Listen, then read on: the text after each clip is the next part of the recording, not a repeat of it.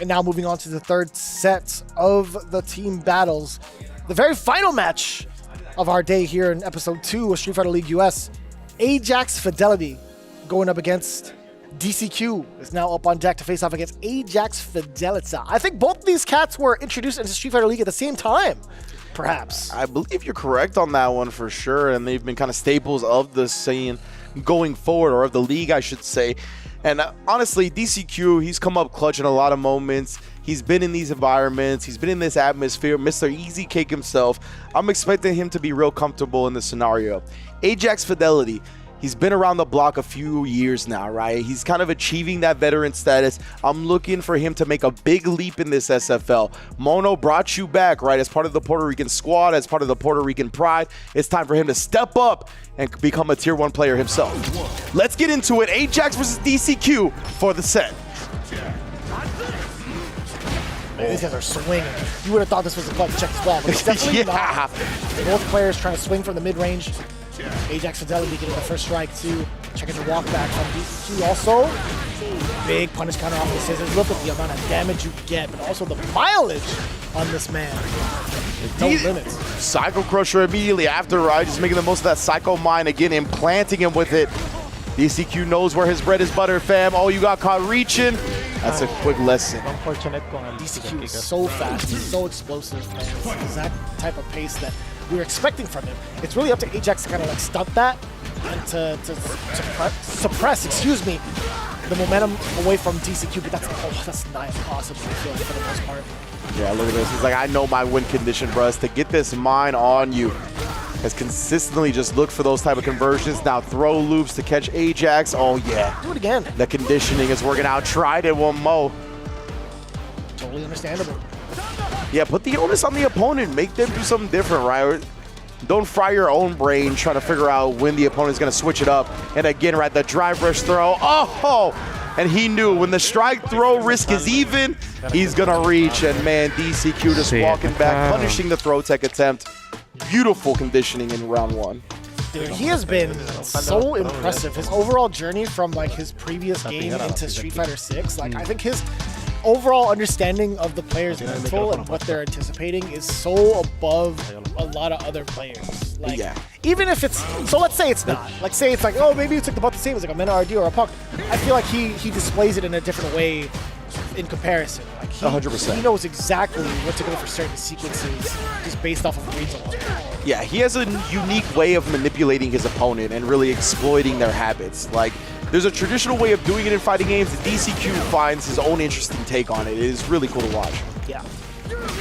Again, he masks it pretty well. There's so many different things that he does on offense to make you act a certain way on defense.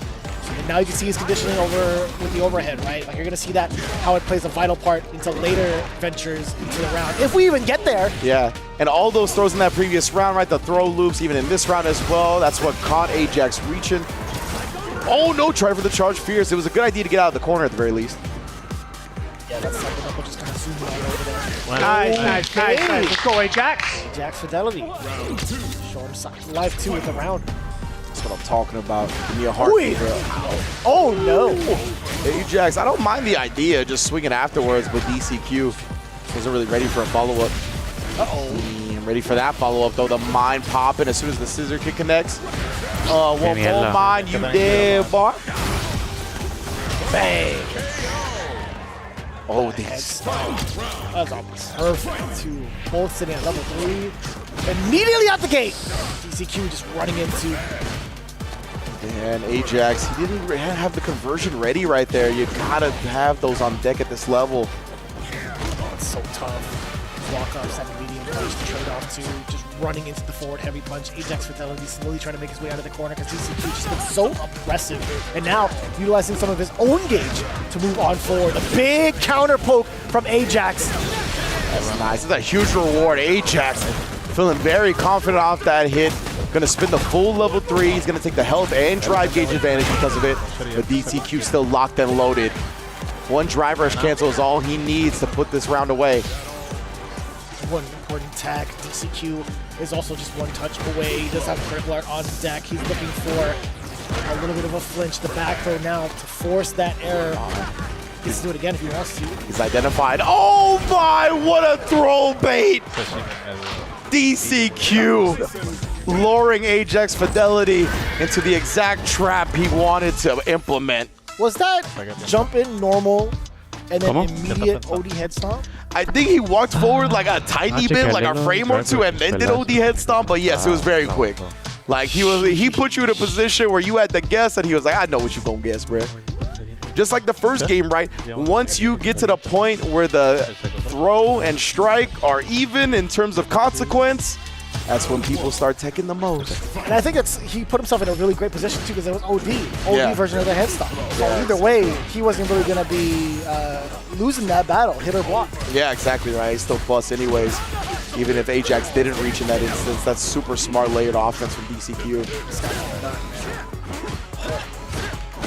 Such a cool way to shut that down. Ooh, you see the little micro walk back again. So smooth with it too, man. Yeah, he's hyperware. He's so confident, man. You can really just feel confidence oozing off of his play. Every time you see this dude pick up the sticks. He's one of the most hardworking individuals that we don't really get to highlight as often. Yeah. One of the biggest stats that we could ask for. That overhead, again, we talked about some of the conditioning from earlier on. Plenty of damage in the combo for the level 1. Now looking at match point, Ajax is getting picked apart round by round. This is nuts, man. Trying for the anti-air, but again, the spacing has just been so on point for DCQ. Look at the walk-in, walk-outs, staying outside that crouch light kick range. Look at this, respecting the flicker buttons from Ajax. I think it's the first time we've seen a little bit of a slowdown in terms of DCQ's pace. The backdash to avoid the throw coming in from DCQ, but Ajax Fidelity, let's see if he can make a little bit more out of that. I think he's got to start digging deep here, right? Ajax back against the wall, cannot afford to drop another round. Implants the mine. He's trying to be aggressive about it, but we're going to force the plus frames with the Psycho Crusher. Oh, too far for the throw that time. Ajax, he's not going to go into OD Blitz nor level 2, though. A little surprised by that, but a big tag on the OD Flicker conversion. Oh! This might be pretty huge. We got the Psycho Mine. Watch out for this overhead. No, it's going to be the forward throw. What if he does it? Target combo, perhaps. There was the attempt! Ooh, he tried to time it, but it doesn't matter. DCQ wraps up the game, wraps it up for his team. Fighting Spirit gonna take this one over Red Rooster on the back of DCQ. That is 5 wins straight for the Fighting Spirit squad. NO with 2 straight against Brutus. Now DCQ 3-0 against Ajax. Wow. Very, very impressive. I think if you look at it for the entirety of the home team, all the anchor matches have been 3 games straight.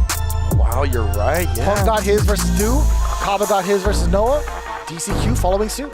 Wow, that's huge, right? And that really, I think, illustrates part of the home advantage, right? Having the ability to pick the opponent, pick the counter matchup. That's the most important in that anchor position. When we get to the 3 out of 5 match, that's worth 20 points instead of 10. And man, did the anchor positions today come through more than you could have asked for. Truly, man. And as much as I am a fan of Ajax Fidelity, we're really starting to see DCQ sort of step it up, right? Not only just on an international scale, but also bringing the heat over to SFL. You start to really see how much he's leveled up his game.